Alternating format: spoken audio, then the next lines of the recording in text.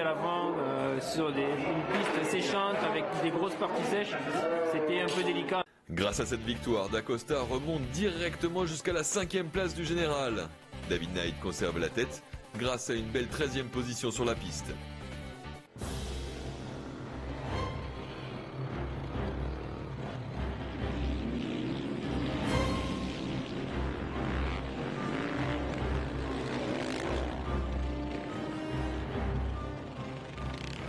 On change encore de registre pour l'exercice suivant, avec la course de supermotard. Pour cette épreuve, les concurrents doivent rouler avec les mêmes machines et les mêmes pneus que pour la spéciale d'enduro.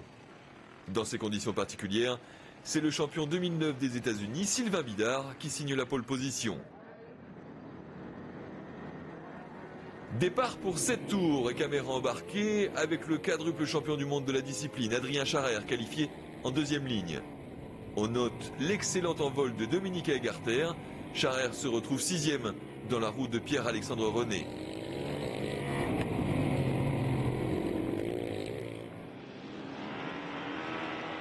Sylvain Bidard a conservé l'avantage lors du premier tour et précède 2 anciens champions du monde de motocross, Fred Bollé numéro 8 et Yves de Maria numéro 78. Bollé, 3e du classement général au départ de cette course, sait qu'il peut réaliser une très bonne opération en cas de victoire. Alors, Bobo l'attaque et passe en tête avant de creuser l'écart sur ses 2 rivaux. Bidard se retrouve sous la pression de De Maria, mais le Marseillais ne trouve pas l'ouverture.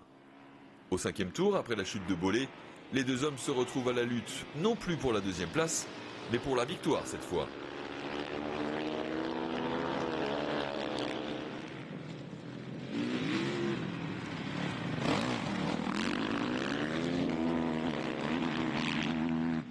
Grand animateur de l'enduro, Dominique Egarter, numéro 77, fait encore le spectacle. Parfois limite, le Suisse tient tête un long moment à Serge Nuc avant de lui céder sa 7e place.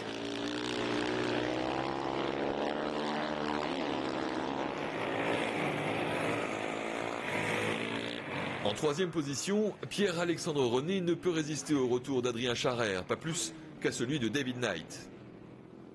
Le leader du classement général se retrouve alors 4e, place qu'il occupera au terme des 8 tours de course.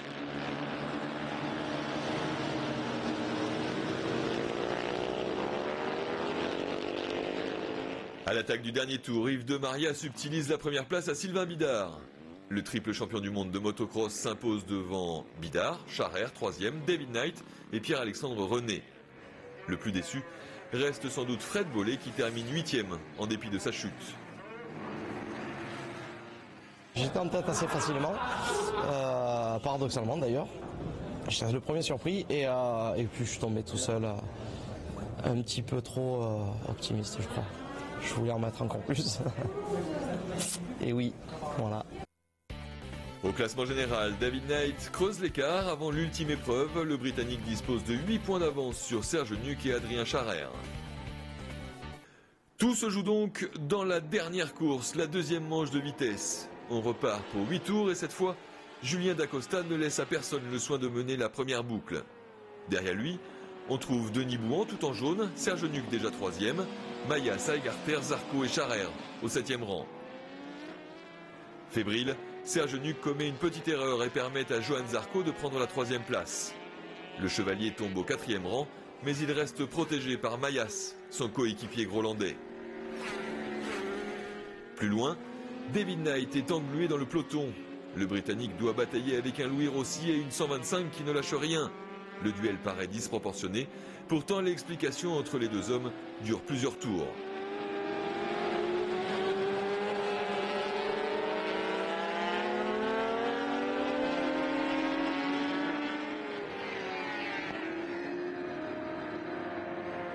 Un peu plus loin dans la meute, bagarre entre trialistes avec Jérôme Béthune, numéro 19, qui s'offre une belle passe d'armes avec son collègue Loris Gubian. Le tout en caméra embarquée faite maison. Les 2 hommes évoluent au-delà de la 20e place.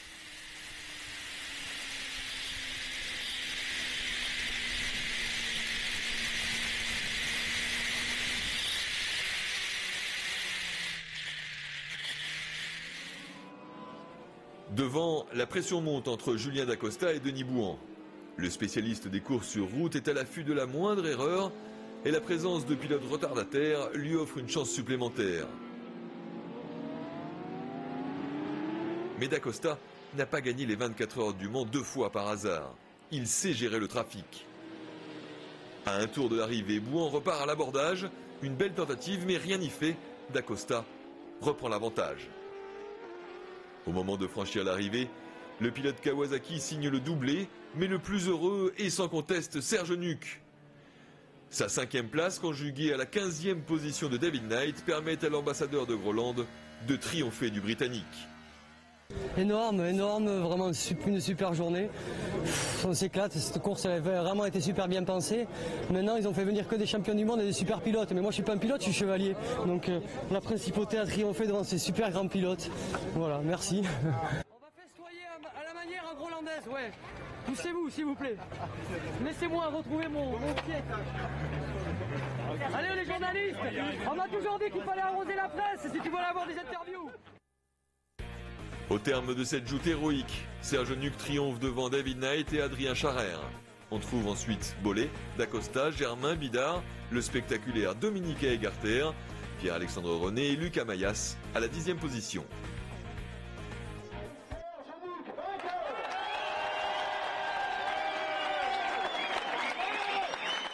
Serge Nuc succède ainsi à Adrien Charrère au palmarès du Scorpion Master et se voit offrir un nouveau destrier.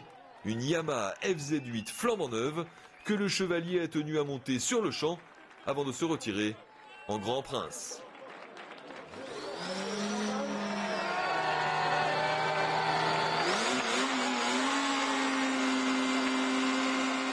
Surtout une grosse partie de plaisir qu'on s'est donnée et il fallait être polyvalent et je pense que je suis polyvalent, c'est ma force. Une grande course assez prestigieuse, je pense qu'il faut savoir aussi tourner la page, j'ai 40 ans aujourd'hui, j'ai des enfants, un petit garçon qui roule déjà en moto, qui a un bon équilibre je pense, donc je vais peut-être l'aider aussi à continuer un peu. David Knight a séduit le public français par son pilotage évidemment, mais aussi par sa bonne humeur. Ça a été une longue journée. On a commencé tôt ce matin avec le trial, l'enduro et puis la qualification pour la piste, ensuite les 2 courses et le supermotard. Donc ça a été une grosse journée mais on s'est vraiment bien amusé. C'est super de voir autant de spectateurs. Même pour l'enduro, il y avait du monde partout qui nous encourageait. C'était incroyable. Je suis vraiment content d'avoir été invité.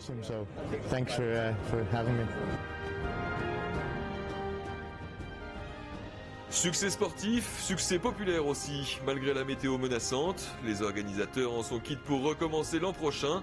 Les concurrents, eux, ont promis d'être encore plus affûtés.